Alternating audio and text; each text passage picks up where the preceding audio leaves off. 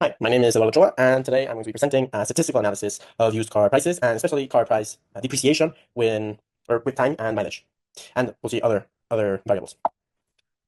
So throughout this presentation, we're going to be talking about the regression analysis that were made to determine the price depreciation according to different variables. The polynomial models that, as we'll see later, were the highest relationship or made the highest relationship between variables, so the strongest models. Some of the variables that were actually key predictors for price depreciation or for price in general, and the predicted price for a particular car, which in this case is a Camaro, which is 5 years old and has 85,000 miles. We will get into it, but the estimated price would be 211,270 pesos.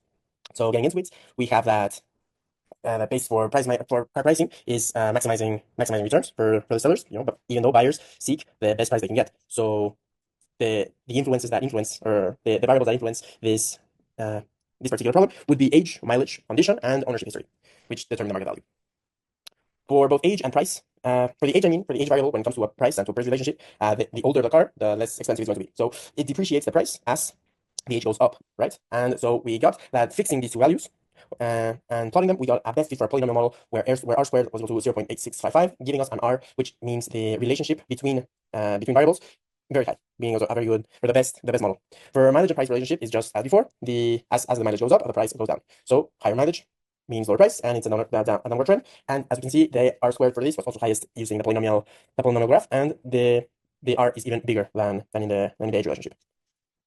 For the multiple linear regression model, we used combined factors, which were first age and mileage together, which formed that 0.79, so pretty much a 0.8 R squared. And this would predict that the Camaro would sell at 160,245 pesos. And here we got that linear regression model was our intercept plus the coefficient for the mileage, or I mean for the age, then multiplied by the determined age plus the coefficient for the mileage multiplied by the determined mileage.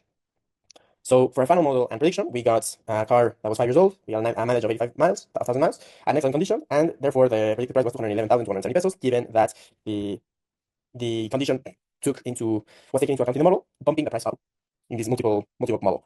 For the recommendations, we can say that the predicted interval using this last model, which as we saw had the highest R, meaning the highest fidelity, was between 35,800 and 386,771 pesos, meaning there is a very, very big gap between the lowest possible price and the biggest possible price that the car could be sold, but it should definitely, with 95% confidence, be sold between this price range. This price range was obtained using the lowest values for coefficients and intercept in the lowest, and the highest values for coefficient and intercept in the highest. So what I would personally recommend would be to price the car at a bit of an inflated price. As we saw before, the predicted car price would be 211,000 pesos. So maybe price it at around 280,000 pesos, and start taking it out from there, because I think 386,700 is just too many pesos. So we got a lot from this model value, and well, we got a very good market insight of price depreciation for cars, depending on age, mileage, and condition, as well as other variables that were discarded due to them not passing the hypothesis test. So these are the values that are important, and yeah, so pretty much the recommendation would be to price the car at 280,000, maybe 260,000 pesos, and negotiate from there, given that was the predicted value from the model. I hope the information was valuable, and thank you for listening.